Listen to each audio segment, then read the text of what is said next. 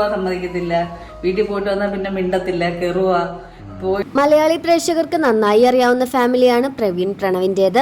കുറച്ചു മാസങ്ങൾക്ക് മുമ്പ് ഇവരുടെ ഫാമിലിയിൽ സംഭവിച്ചത് വലിയ രീതിയിൽ സോഷ്യൽ മീഡിയയിൽ വിവാദമായ ഒന്നായിരുന്നു. മൃദുലയുടെ അച്ഛന്റെ മരണം ഇവരുടെ ഒത്തുചേരലിന് ഒരു ഭാഗം കൂടിയായിരിക്കുന്നു. 2 ദിവസം മുമ്പാണ് പ്രവീൺ തന്റെ പുത്തൻ കാറുമായി സ്വന്തം വീട്ടിലേക്ക് എത്തിയത്. ആ വീഡിയോ സോഷ്യൽ മീഡിയയിൽ ആരാധകർ ഏറ്റെടുക്കുകയും ചെയ്തു. കുറെ നാളുകളായി ഇവർ ഒന്നിക്കാൻ കാത്തിരുന്ന ആരാധകർക്ക് ഇതൊരു സന്തോഷ വാർത്ത തന്നെയാണ്. എന്നാൽ അതിനുശേഷം പ്രണവ് പറഞ്ഞ കാര്യങ്ങൾ വീണ്ടും പ്രവീണിനും മൃദുലയ്ക്കുമെതിരെ ആരാധകരെ തിരിച്ചിരിക്കുകയാണ്. ഫാമിലി പ്രോബ്ലം ഉണ്ടാക്കി, അത് വെച്ച് റീച്ചും ഉണ്ടാക്കി.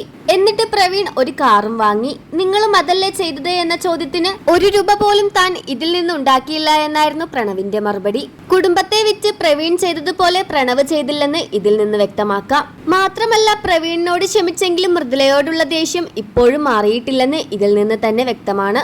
ഒരു കുഞ്ഞുണ്ടായിട്ടും അതിനെ കൊഞ്ചിക്കാനുള്ള അവസരം തന്റെ അമ്മയ്ക്ക് ഇല്ലാതാക്കിയത് മൃദുലയാണെന്ന് പ്രവീണിന്റെ വീഡിയോ കാണുന്നവർക്ക് മനസ്സിലാകും. എന്തൊക്കെ പറഞ്ഞാലും പ്രവീൺ സ്വന്തം മോനാണ്. അവനോട് ക്ഷമിച്ചതുപോലെ മൃദുലയോട് ക്ഷമിക്കാനാവില്ല.